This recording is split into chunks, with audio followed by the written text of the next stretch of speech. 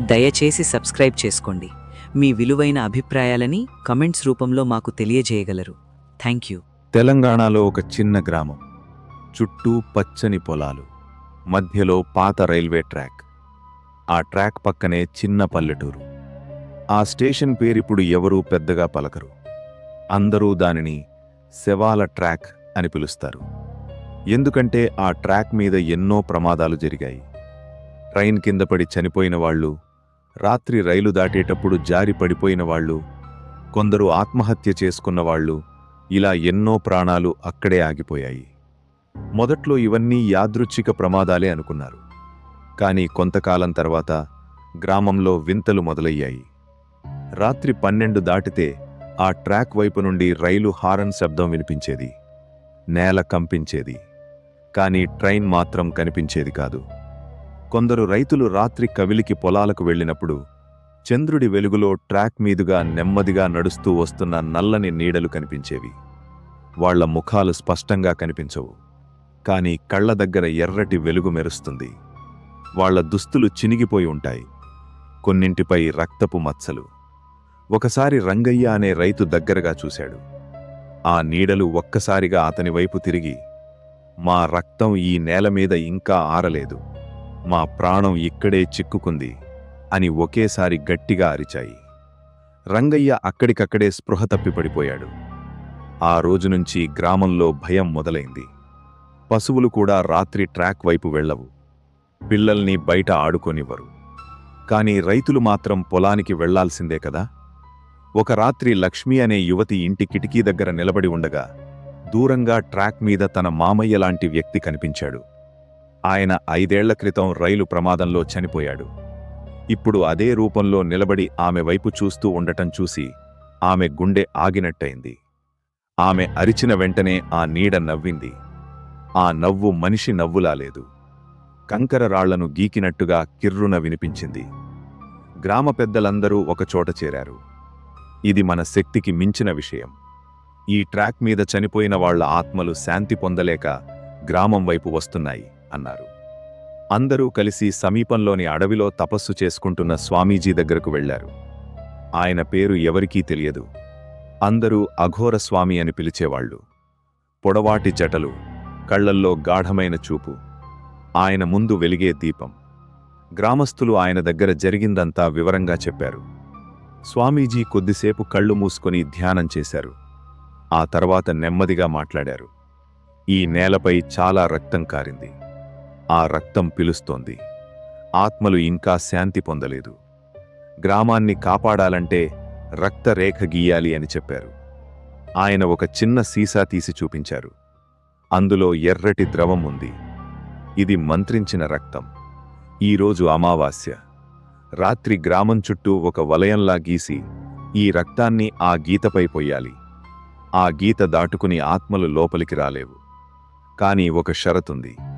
గీత గీస్తున్నప్పుడు ఎవరూ వెనక్కి తిరిగి చూడకూడదు" అన్నాడు. అమావాస్య రాత్రి వచ్చింది. గ్రామం మొత్తం చేతుల్లో దీపాలతో, భయంతో వణుకుతూ గీత గీయడం మొదలుపెట్టారు. గాలి ఒక్కసారిగా వేగంగా వీచింది. దూరంగా రైలు హారన్ మళ్లీ వినిపించింది. ట్రాక్ వైపు నుండి నల్లని ఆకారాలు కదులుతున్నట్టు కనిపించాయి. గీత పూర్తయ్యేసరికి ఆ నీడలు గ్రామం వైపు దూసుకొచ్చాయి. కాని రక్తరేఖ దగ్గరికి రాగానే అవి ఆగిపోయాయి. కనిపించని గోడను తాకినట్టుగా వెనక్కి త్రోసుకుపోయాయి. అవి గట్టిగా అరిచాయి. ఎవడ్రా మా మార్గాన్ని ఆపింది? మా రక్తంతో గీత వేసింది ఎవరు అని కేకలు పెట్టాయి. కొన్ని ముఖాలు భయంకరంగా మారిపోయాయి. కళ్లల్లో ఎర్రటి అగ్ని. రేఖ దాటలేక బయటే తిరుగుతూ గ్రామస్తులను శపించాయి. గీత చెదిరిన రోజు ఒక్కొక్కరిని చంపి తీసుకెళతామని అరుస్తూ రాత్రంతా అక్కడే తిరిగాయి. గ్రామస్తులు స్వామీజీ వెనక వణుకుతూ నిలబడి ఉన్నారు. ఉదయమయ్యేసరికి నిశ్శబ్దం. నీడలు కనిపించలేదు. కాని రక్తరేఖ దగ్గర నేలపై పెద్ద గోర్లతో గీసినట్టుగా గీతలున్నాయి. స్వామీజీ ముఖంలో ఆందోళన. "ఇది ఆరంభం మాత్రమే. మీలో ఎవరో ఒకరు నిబంధనని ఉల్లంఘించారు. గీత గీస్తున్నప్పుడు ఎవరో వెనక్కి తిరిగి చూశారు" అన్నాడు. అందరూ ఒకరినొకరు చూసుకున్నారు. ఎందుకంటే నిజంగానే ఒక యువకుడు ఆసక్తితో వెనక్కి తిరిగి ఆ నీడలను చూశాడు. గ్రామం మొత్తం నిశ్శబ్దంగా ఉంది. కానీ ఆ నిశ్శబ్దం లోపల భయం దాగి ఉంది. స్వామీజీ చెప్పిన మాటే అందరి మనసుల్లో మెదులుతోంది. మీలో ఎవరో ఒకరు వెనక్కి తిరిగి చూశారు అని. కొంతసేపటికి ఆ విషయం బయటపడింది. ఆ యువకుడి పేరు రవి. గీత గీయడం జరుగుతుండగా ఆసక్తితో ఒక్కసారి వెనక్కి తిరిగి ట్రాక్ వైపు చూశాడు.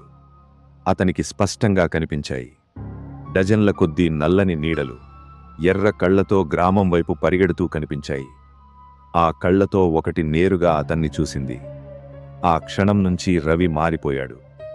ఆ రాత్రి రవి ఒంటరిగా ఇంట్లో పడుకున్నాడు. బయట గాలి బలంగా వీస్తోంది. దూరంగా రైలు హారన్ మళ్లీ వినిపించింది. రవి ఒక్కసారిగా కళ్ళు తెరిచాడు. అతని గదిలో మూలన ఒక నీడ నిలబడి ఉంది. మొదట అది గోడపై పడిన చీకటి అనుకున్నాడు. కానీ ఆ నీడ నెమ్మదిగా కదిలింది. గదిలో చల్లని గాలి వ్యాపించింది. ఆ నీడ కాస్త దగ్గరకొచ్చింది. ఇప్పుడు స్పష్టంగా కనిపిస్తోంది. ముఖం సగం చిలిపోయినట్టు, కళ్లల్లో ఎర్రటి వెలుగు, పెదవుల దగ్గర నల్లటి రక్తపు మచ్చ. నువ్వు చూశావు అని గొంతు గట్టిగా వినిపించింది. రవి అరవడానికి ప్రయత్నించాడు, కాని గొంతు ఆగిపోయింది.